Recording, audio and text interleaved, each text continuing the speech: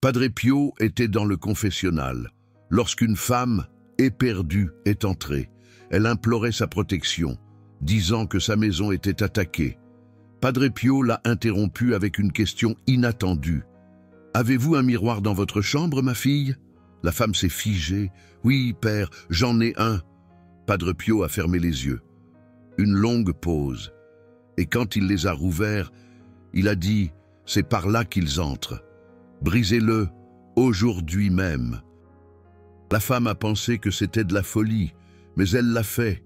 Et cette nuit-là, pour la première fois depuis des mois, elle a dormi en paix. Que savait Padre Pio sur les miroirs? Que l'Église n'enseigne plus aujourd'hui? Et pourquoi cet objet, apparemment inoffensif, est-il devenu l'une des portes spirituelles les plus dangereuses, selon le saint aux stigmates? Vous êtes sur le point de découvrir les 5 portes que Padre Pio identifiait immédiatement.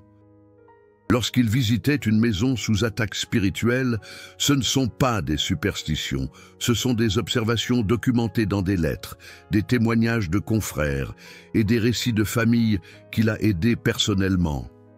Et le plus effrayant, c'est que 90% des foyers catholiques, aujourd'hui, ont au moins 3 de ces portes ouvertes, sans le savoir. Mais avant de continuer, vous devez comprendre une chose.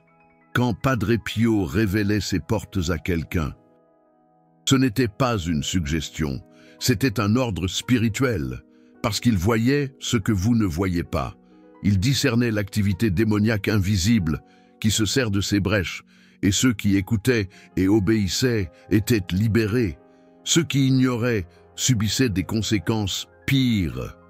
Alors, si vous sentez une résistance à entendre cela, si une voix dans votre tête vous dit que c'est exagéré, faites attention, parce que cette résistance pourrait être exactement la confirmation qu'une de ces portes est ouverte dans votre maison. Maintenant, San Giovanni Rotondo, printemps 1963, famille Dubois. Philippe était ingénieur, un esprit cartésien, homme de science. Isabelle, son épouse, professeur de lettres. 2 enfants adolescents, Antoine et Sophie, une famille catholique pratiquante, messe le dimanche, chapelet de temps en temps, une vie normale, jusqu'à ce qu'elle ne le soit plus. Tout a commencé par une insomnie collective. Les 4 membres de la famille ont arrêté de bien dormir. La même semaine, Philippe se réveillait à 3 heures du matin, avec la sensation d'être observé. Isabelle avait des cauchemars récurrents avec des figures sombres. Les enfants, Antoine et Sophie, rapportaient entendre des voix qui murmuraient leur nom la nuit. Philippe, étant un esprit cartésien, a cherché des explications logiques. Il a vérifié la plomberie, le câblage électrique, même les niveaux de monoxyde de carbone. Tout était normal. Il a emmené la famille chez le médecin. Examen parfait. Aucune explication. Mais Isabelle, plus sensible spirituellement, savait que c'était autre chose. Elle sentait des présences. Elle ne voyait rien. Mais elle sentait, comme si la maison avait été envahie par des locataires invisibles qui ne voulaient pas partir. C'est alors qu'est arrivé l'incident qui a tout changé. Une nuit, Sophie s'est réveillée en criant. Philippe et Isabelle ont couru dans sa chambre. La jeune fille pointait du doigt le grand miroir, sur le mur en face de son lit.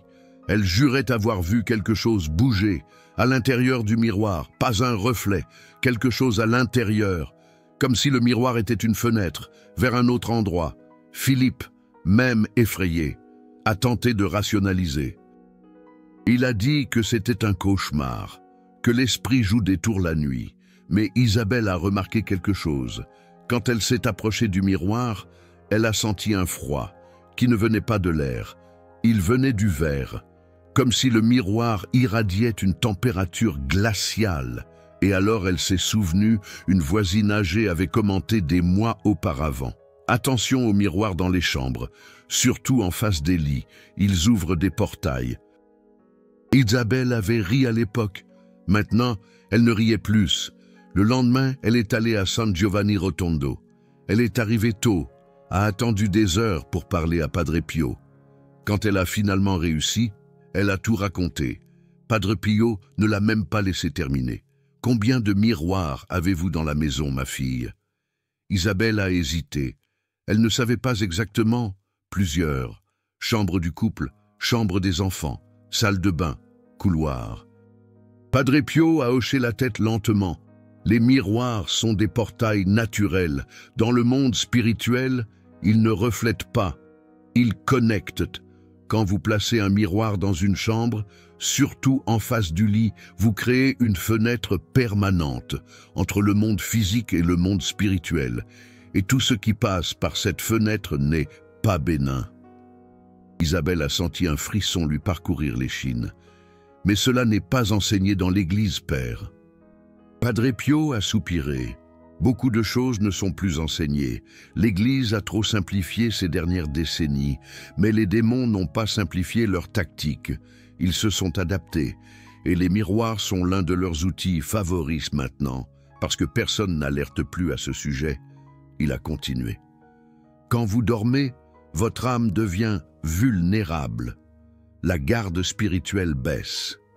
S'il y a un miroir qui vous reflète en train de dormir, surtout le visage, vous créez une duplication spirituelle et les démons peuvent utiliser cette duplication pour se manifester. C'est pour cela que votre fille a vu quelque chose à l'intérieur du miroir. Ce n'était pas de l'imagination, c'était une manifestation réelle. Isabelle était pâle. « Que dois-je faire, père ?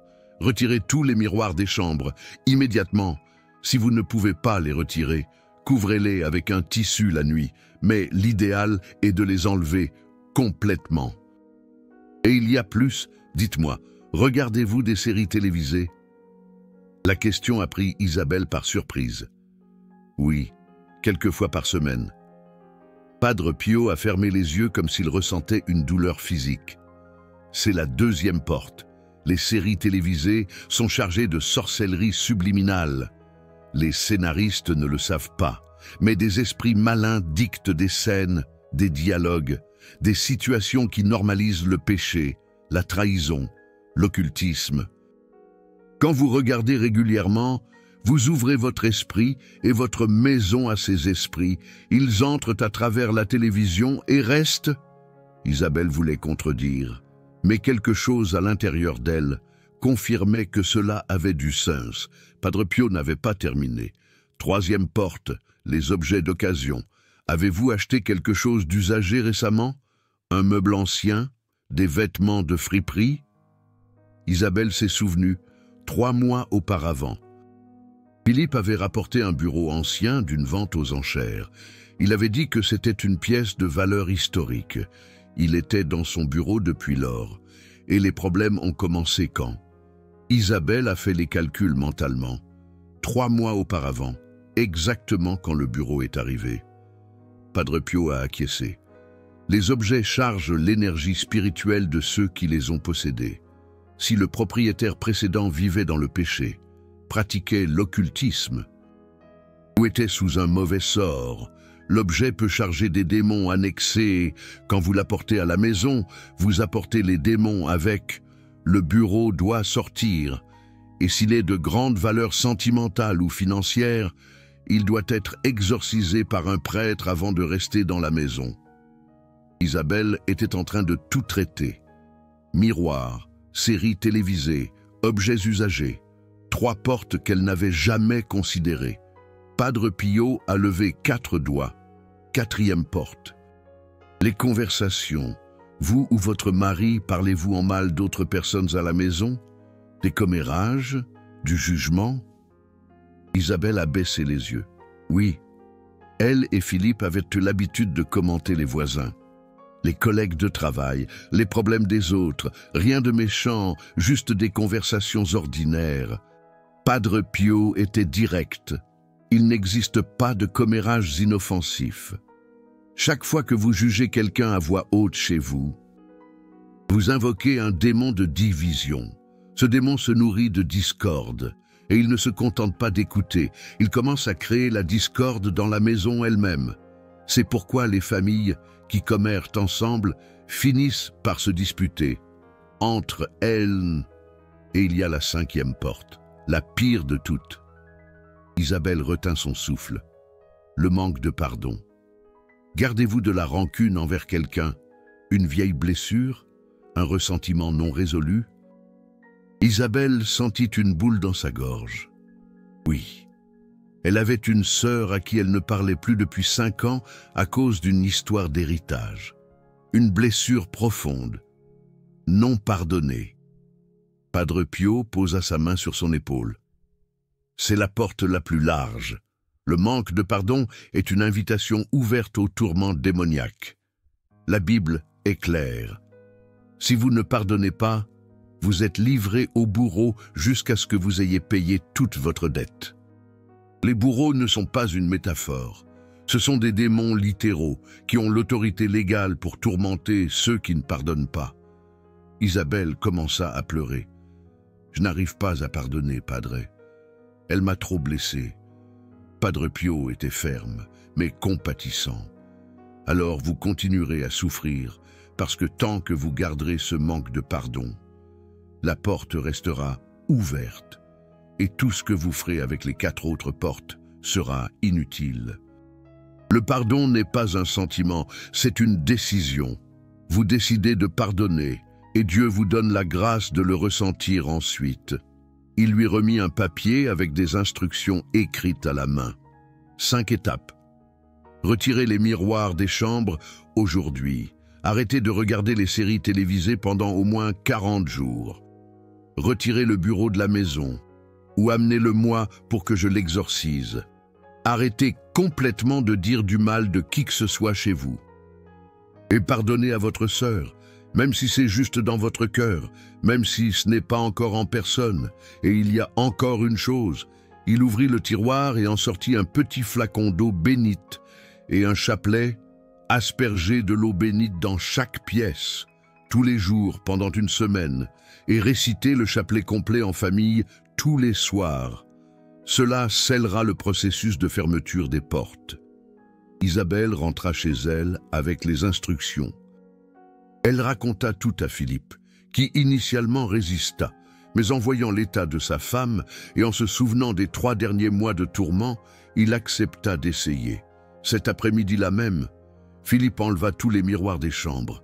Il y en avait 4 au total. Le miroir de la chambre de Sophie, lorsqu'il fut retiré, tomba et se brisa tout seul avant de toucher le sol, comme si quelque chose l'avait poussé.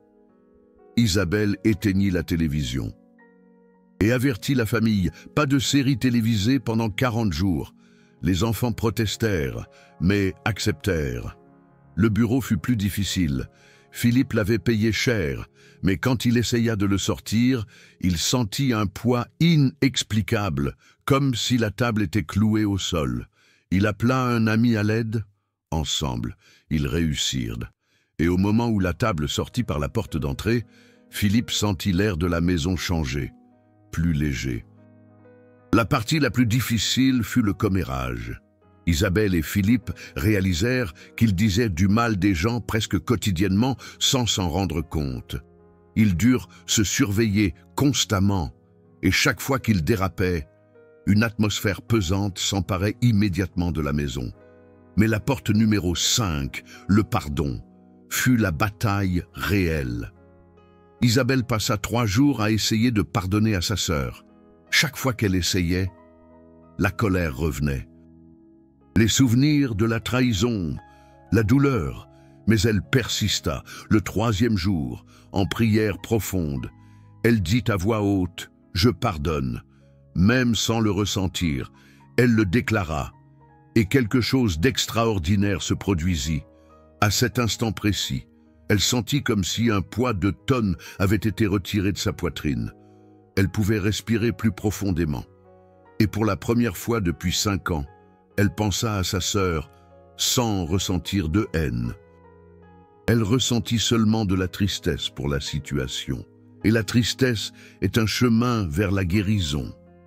Cette nuit-là, la famille Dubois récita le chapelet complet pour la première fois depuis des années, et tous dormirent toute la nuit, sans interruption, sans cauchemar, sans présence.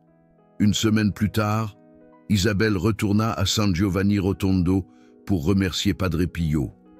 Padre Pio sourit. Maintenant vous comprenez. Le démon n'entre pas par la porte d'entrée.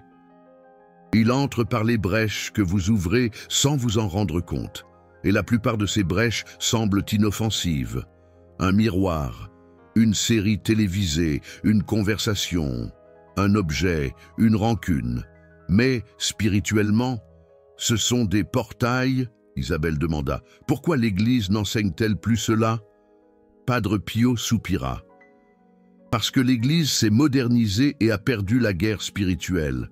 Les jeunes prêtres aujourd'hui sont formés en psychologie et en sociologie, mais pas en bataille spirituelle. Les exorcistes sont rares et le peuple est resté déprotégé. C'est pourquoi vous devez enseigner, raconter cette histoire, alerter d'autres familles, maintenez vivantes ces vérités qui sont en train d'être enterrées. Isabelle remplit sa mission. Dans les années suivantes, elle enseigna à des dizaines de familles les 5 portes. Et toutes rapportèrent la même chose. Dès qu'elle fermait les portes, la paix revenait. Maintenant vous savez, et voici ce qu'il faut faire avec cette connaissance. Première porte, les miroirs dans les chambres. Padre Pio était catégorique. Les miroirs ne devraient pas être dans les chambres, surtout ceux qui reflètent les lits. Si vous avez un miroir dans la chambre, il y a 3 options.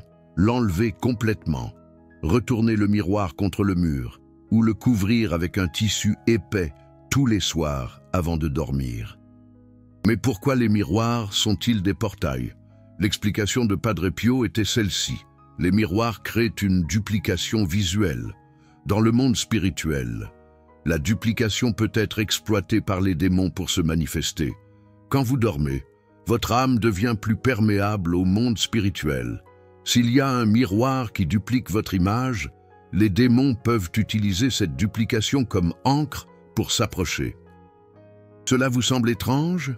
Padre Pio disait « étrange pour vous, normal pour eux ». Les démons opèrent selon des lois spirituelles que vous ignorez. Et les miroirs sont d'anciens outils d'occultisme, exactement pour cela. La magie noire utilise les miroirs pour l'invocation depuis des millénaires. Ce n'est pas une coïncidence. Deuxième porte, le divertissement contaminé. Les séries télévisées n'étaient qu'un exemple. Mais Padre Pio mettait en garde contre tout divertissement qui normalise le péché ou l'occultisme. Les séries télévisées avec l'adultère comme intrigue romantique. Les films qui présentent la sorcellerie comme quelque chose de positif. Les musiques qui exaltent la rébellion contre Dieu. Ce n'est pas de la censure moraliste, c'est de la protection spirituelle. Quand vous regardez un contenu qui glorifie le péché, vous êtes d'accord spirituellement avec cela. Et l'accord est une permission. La permission est une invitation. L'invitation est une porte ouverte. Padre Pio disait « Vous ne mettriez pas d'ordures dans votre bouche. Pourquoi mettez-vous des ordures dans votre esprit? L'esprit est le portail de l'âme. Et une âme contaminée attire les démons. Troisième porte, les objets d'occasion. Tous les objets d'occasion ne sont pas dangereux, mais les objets d'origine inconnue, en particulier les antiquités. Les meubles de vente aux enchères, les vêtements de personnes décédées doivent être traités avec prudence. Padre Pio recommandait « Si vous ne connaissez pas l'histoire spirituelle de l'objet, ne l'apportez pas chez vous. Ou, si vous en rapportez, faites-le immédiatement bénir par un prêtre. » C'est très important. Il existe des cas documentés de familles qui ont acheté des meubles anciens et ont commencé à être victimes d'activités paranormales. Des tableaux qui provoquent des cauchemars, des miroirs anciens où des apparitions sont aperçues, des vêtements qui apportent une oppression inexplicable. Ce n'est pas un film d'horreur, c'est une réalité spirituelle que Padre Pio affrontait régulièrement. Quatrième porte, les conversations toxiques, les commérages, les jugements, les critiques, les mauvais sorts verbaux. Padre Pio disait « Votre langue est une arme spirituelle. Elle peut bénir ou maudire. » Lorsque vous parlez en mal de quelqu'un à la maison, vous invoquez un esprit de division. Cet esprit commence à créer la division dans la maison elle-même. Avez-vous remarqué que les familles qui parlent en mal des autres ensemble finissent par se disputer entre elles? Ce n'est pas une coïncidence, c'est une conséquence spirituelle. Le démon que vous nourrissez avec les commérages des autres finit par reporter son attention sur vous. La solution, le jeûne verbal. Padre Pio recommandait 40 jours sans dire du mal de personne. Rien, pas même une plaisanterie méchante, ni une critique voilée. Rien. Si vous n'avez rien de bon à dire, silence. Ce jeûne ferme la porte et expulse le démon de la division. 5e porte. Le manque de pardon, c'est la pire, parce que c'est la plus cachée. Vous pouvez avoir fermé les 4 premières portes, mais si vous gardez le manque de pardon, la maison continue d'être infestée. Parce que le manque de pardon donne une autorité légale au démon pour vous tourmenter. Jésus a été clair dans la parabole du serviteur qui n'a pas pardonné. Le serviteur a été livré au bourreau. Bourreau, dans le grec original, est basaniste, qui signifie tortureur. Dans le contexte spirituel, ce sont des démons de tourment. Lorsque vous ne pardonnez pas, vous livrez littéralement votre âme pour être tourmenté. Padre Pio voyait cela clairement. Il pouvait discerner quand quelqu'un gardait le manque de pardon, rien qu'en regardant, et il disait « Tant que vous ne pardonnerez pas, je ne peux pas vous aider. » Parce que Dieu respecte le libre arbitre, et vous choisissez le tourment. Le pardon n'est pas un sentiment, c'est une décision. Vous décidez de pardonner même sans en avoir envie, et Dieu honore la décision et finit par apporter le sentiment. Mais laissez-moi vous raconter 3 autres cas documentés. Pour que vous compreniez que ce n'est pas de la théorie, c'est une réalité prouvée. Cas numéro 1, Milan 1965. La famille Moretti, la fille de 16 ans, Sofia, a commencé à avoir des crises de panique inexplicables. Chaque fois qu'elle entrait dans sa propre chambre, les médecins ont diagnostiqué une anxiété généralisée. Ils ont prescrit des médicaments. Rien n'a fonctionné. La mère, désespérée, a écrit à Padre Pio, décrivant la chambre, un lit, une armoire, un bureau et un miroir ancien de plain-pied, que sa grand-mère lui avait légué.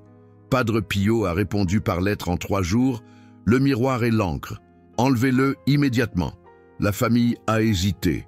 C'était un héritage précieux, une pièce de 1800, avec un cadre doré travaillé. Mais la situation de Sofia était intenable. Ils ont enlevé le miroir et l'ont mis au sous-sol, recouvert d'un drap. Le soir même, Sofia est entrée dans sa chambre sans crise. Elle a dormi paisiblement pour la première fois en 6 mois. La famille a essayé de ramener le miroir 3 semaines plus tard, pensant que c'était une coïncidence. Le lendemain, Sofia a eu la pire crise qu'elle ait jamais eue. Ils l'ont enlevée définitivement. Il n'y a plus jamais eu de problème. Padre Pio a expliqué dans sa 2e lettre, « Les miroirs anciens sont pires. Parce qu'ils ont absorbé des décennies ou des siècles de l'énergie des environnements où ils se trouvaient. S'ils sont passés dans des maisons avec des tragédies, des morts violentes, des pratiques occultes, ils portent tout cela.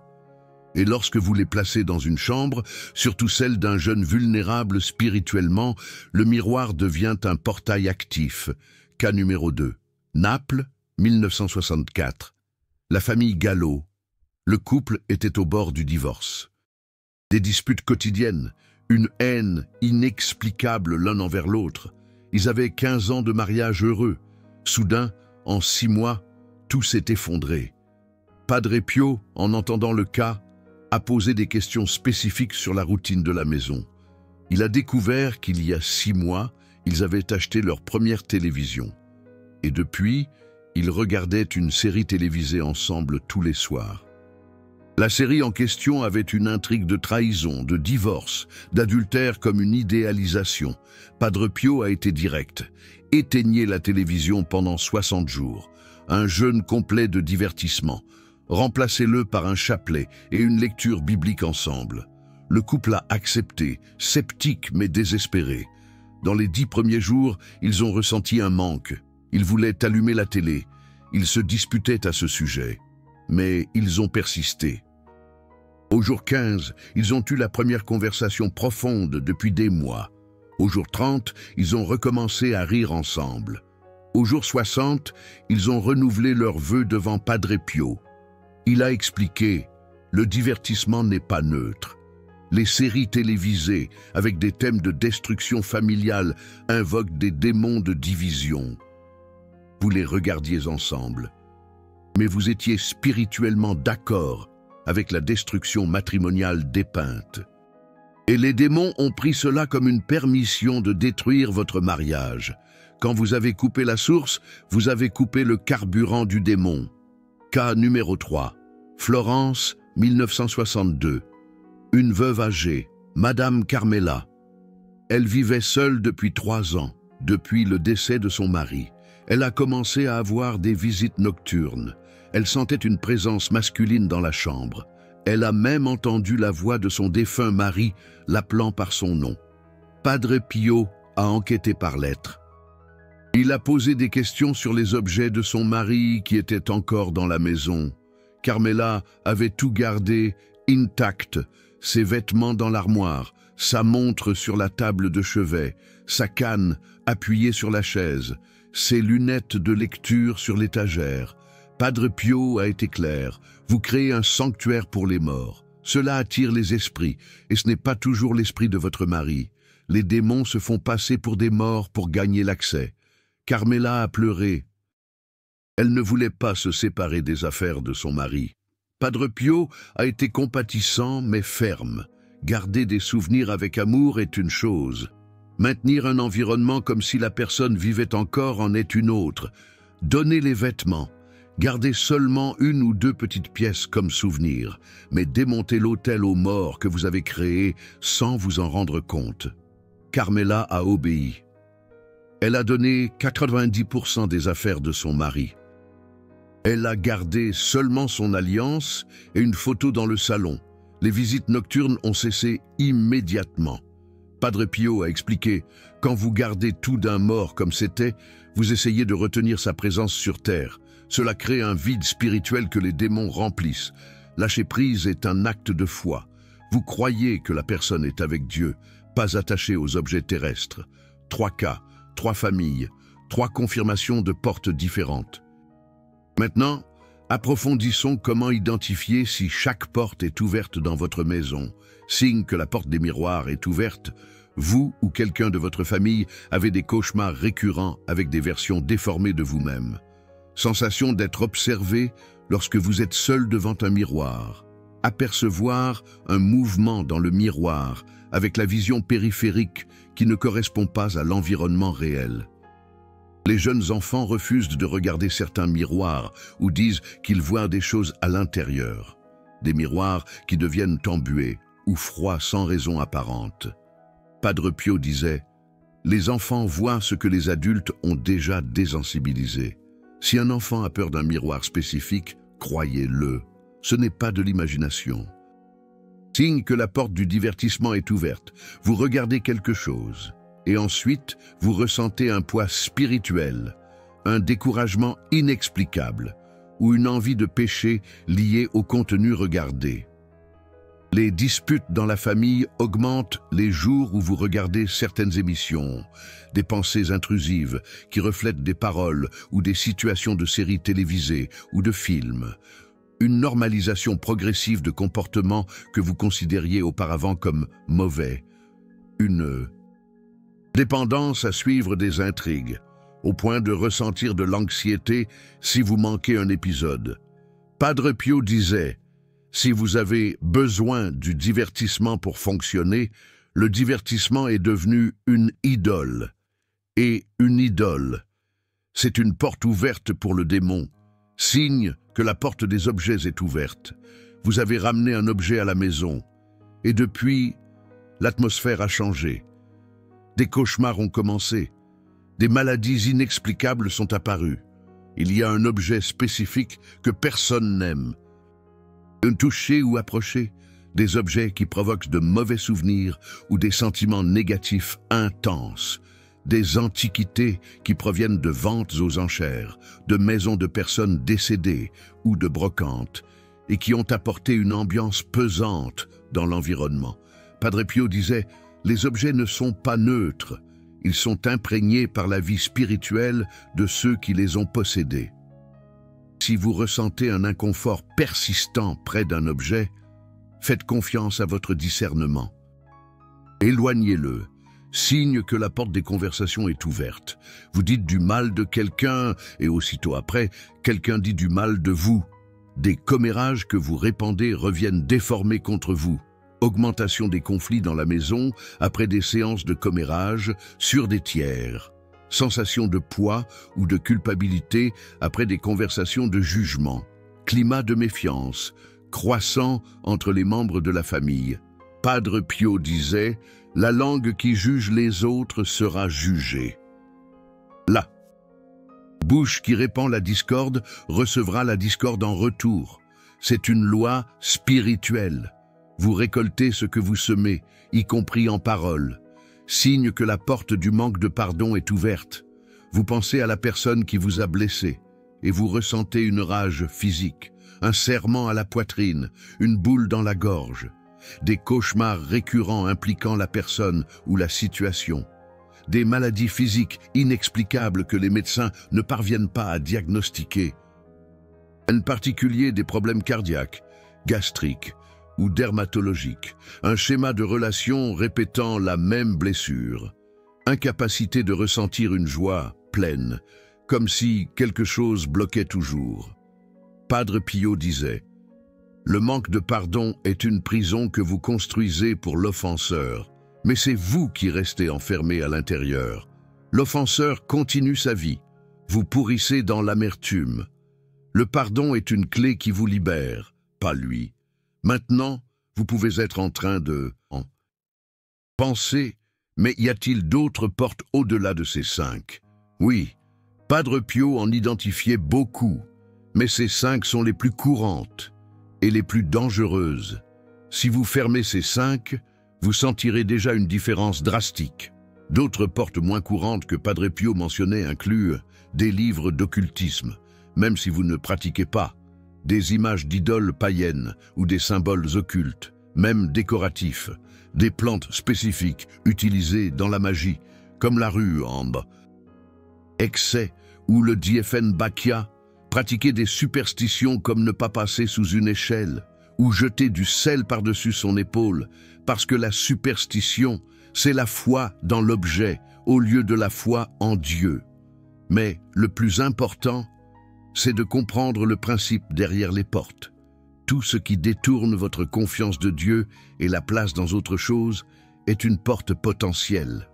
Tout ce qui normalise le péché est une porte.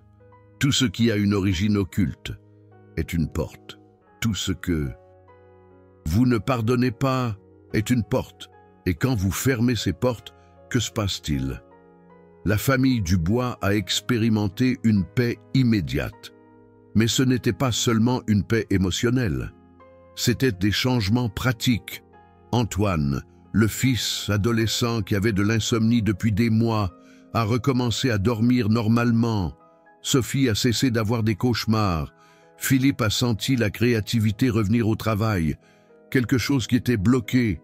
Isabelle s'est réconciliée avec sa sœur. 2 mois plus tard, et l'héritage qui avait causé la dispute n'importait plus. Coïncidence. Padre Pio dirait « Quand vous obéissez à Dieu, les miracles cessent d'être des coïncidences et deviennent la normalité. » Mais il y a un avertissement que Padre Pio donnait toujours. Quand vous commencez à fermer les portes, le démon réagit. Dans les 3 premiers jours, il peut y avoir une augmentation d'activité, des cauchemars pires, une résistance interne forte, la tentation d'abandonner. Cela ne signifie pas que ça empire. Cela signifie que ça fonctionne. Le démon est désespéré parce qu'il sait qu'il est en train d'être expulsé. Si cela arrive, n'arrêtez pas, continuez, Augmentez la prière, augmentez l'eau bénite, récitez plus de chapelets, appelez des renforts spirituels, mais n'arrêtez pas au milieu, parce qu'arrêter au milieu laisse la porte entrebâillée, et le démon revient avec 7 pires que lui. Vous venez de recevoir l'un des alertes les plus importantes que Padre Pio a laissées. Pour le peuple de Dieu, les 5 portes que vous ouvrez pour le mal sans vous en rendre compte. Miroir dans les chambres, divertissement contaminé, objet d'occasion, conversation toxique, manque de pardon. Mais cette révélation n'est pas venue sans coût. Produire un contenu comme celui-ci exige une recherche approfondie dans des archives, des lettres originales, des témoignages de ceux qui ont côtoyé Padre Pio. Et les chaînes qui parlent de ces vérités font face à une opposition, un algorithme bloqué, une démonétisation. C'est ici que le Super Thanks entre en jeu.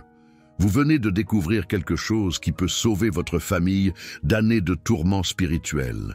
Si cette information vous a touché, si vous avez senti qu'elle est arrivée au moment opportun, considérez utiliser le Super Thanks là en bas. Ce n'est pas seulement un soutien financier, c'est vous qui dites. Ces vérités doivent continuer à arriver à ceux qui souffrent. Quand vous cliquez sur ce cœur doré, vous devenez un allié de cette mission. Vous êtes en train de garantir que plus de familles découvrent les portes ouvertes avant qu'il ne soit trop tard. Vous êtes en train d'investir dans la protection spirituelle de foyers catholiques que le propre clergé a cessé d'alerter. Padre Pio disait « Celui qui répand la vérité divine reçoit une protection angélique ». Faites partie de cela. Utilisez le Super Thanks et maintenez cette révélation vivante. Maintenant, partie pratique. Comment allez-vous? Appliquez cela aujourd'hui. Étape 1. Faites un inventaire spirituel de votre maison. Marchez dans chaque pièce. Identifiez les 5 portes. Notez. Étape 2. Priorisez. Si vous avez les 5 portes ouvertes, commencez par le manque de pardon. Pardonnez aujourd'hui, même si ce n'est qu'une décision intérieure. Ensuite, passez au miroir, parce que ce sont les plus faciles à enlever physiquement. Étape 3. Jeûne de divertissement. Éteignez les séries télévisées, les séries problématiques. Les musiques toxiques, remplacées par le chapelet, la lecture biblique, les vies de saints. Étape 4. Vérifiez tous les objets d'occasion. Si vous n'avez pas la paix à propos d'un objet, éloignez-le ou emmenez-le pour qu'il soit béni par un prêtre exorciste si possible. Étape 5. Jeûne verbal de 40 jours. Pas de commérage, de critique, de jugement. Si vous vous égarez, recommencez le compte. Étape 6. Aspergez de l'eau bénite quotidiennement dans chaque pièce pendant 1 semaine. Pendant que vous faites cela, déclarez à voix haute « Cette maison appartient à Jésus-Christ. Tout esprit qui ne se soumet pas au Christ doit partir maintenant au nom de Jésus. » Étape 7. Chapelet quotidien en famille. Si vous vivez seul, priez seul quand même, mais récitez-le complètement. 5 mystères. C'est le bouclier spirituel que Padre Pio recommandait le plus. 8e étape. Observez les signes. Le retour de la paix. Une amélioration du sommeil. La disparition des mauvais rêves. Des relations qui se guérissent. Ce sont des indicateurs que les portes ont été fermées avec succès. Et si vous faites tout cela et que vous ressentez encore une activité spirituelle, consultez un exorciste. Il pourrait y avoir quelque chose de plus profond qui exige une autorité sacerdotale. Mais dans la plupart des cas, la fermeture de ces 5 portes résout 90% des problèmes. Et il existe un protocole d'urgence que Padre Pio enseignait aux familles qui subissaient une attaque spirituelle intense pendant qu'elles fermaient les portes. Protocole de 3 jours de blindage spirituel. Premier jour, jeûne strict, seulement du pain et de l'eau. Pas de viande, pas de sucreries, pas de boissons contenant de la caféine. Le jeûne affaiblit l'influence démoniaque parce que les démons se nourrissent de gratifications sensorielles. Lorsque vous jeûnez, vous leur refusez le carburant. Deuxième jour, silence. Ne parlez que de ce qui est nécessaire. Pas de conversation futile, pas de commérage, pas de plainte. Le silence vous force à écouter Dieu plutôt que le bruit mental. Et les démons opèrent à travers le bruit mental. Le silence les expose. Troisième jour, veillez. Récitez le chapelet complet 3 fois au cours de la journée, matin, midi et soir. Aspergez de l'eau bénite dans la maison toutes les heures. Déclarez à voix haute à chaque aspersion: au nom de Jésus-Christ, cette maison est un territoire sacré. Tout esprit malin doit partir maintenant. Padre Pio garantissait: si vous faites ces 3 jours avec sérieux, combiné à la fermeture des 5 portes, votre maison sera libérée, peu importe la profondeur de l'infestation. 3 jours d'obéissance radicale brisent des années d'oppression. Mais il y a un avertissement crucial. Ne le faites pas à moitié. Soit vous le faites complètement, soit vous ne le faites pas. Commencer et s'arrêter au milieu aggrave tout, parce que vous provoquez le démon sans avoir la force spirituelle de l'expulser. C'est comme piquer un animal sauvage avec un bâton fin. Vous ne ferez que l'énerver. Si vous décidez de faire le protocole de 3 jours, prévenez un ami de foi forte. Demandez-lui de prier pour vous pendant ces jours. Avoir une intercession externe renforce votre autorité spirituelle. Et après les 3 jours, restez vigilants. Padre Pio comparait cela à une maison propre. Si vous nettoyez la maison mais laissez la porte ouverte, la saleté revient, les 5 portes doivent rester fermées. Ce n'est pas un événement unique, c'est un style de vie. Des familles qui ont suivi cela ont rapporté des transformations dramatiques. Non seulement une paix spirituelle, mais aussi une restauration financière, une guérison des maladies, des réconciliations impossibles, des conversions de membres de la famille. Parce que lorsque vous fermez les portes au mal, vous ouvrez les portes au bien. Les démons sortent, les anges entrent, les mauvais sorts sont brisés, les bénédictions affluent. C'est la révélation que Padre Pio a laissée, simple, pratique, efficace. Les portes que vous ouvrez au mal sans vous en rendre compte. Et maintenant que vous savez, vous n'avez plus d'excuses. Fermer ou laisser ouvert est votre choix. Mais rappelez-vous, l'ignorance n'est plus une option. La connaissance apporte la responsabilité. Et vous venez de recevoir une connaissance qui peut sauver votre maison. La question est, allez-vous obéir ou allez-vous ignorer ? Écrivez « découverte » si vous avez identifié quelle porte était ouverte dans votre maison. Commentez ci-dessous laquelle des 5 vous a le plus choqué. Était-ce les miroirs? Était-ce le manque de pardon? Était-ce les séries télévisées? Racontez votre histoire et identifiez cette personne que vous savez souffrir et qui a besoin de fermer ses portes urgemment. Votre commentaire pourrait être ce qui sauve la famille de quelqu'un aujourd'hui.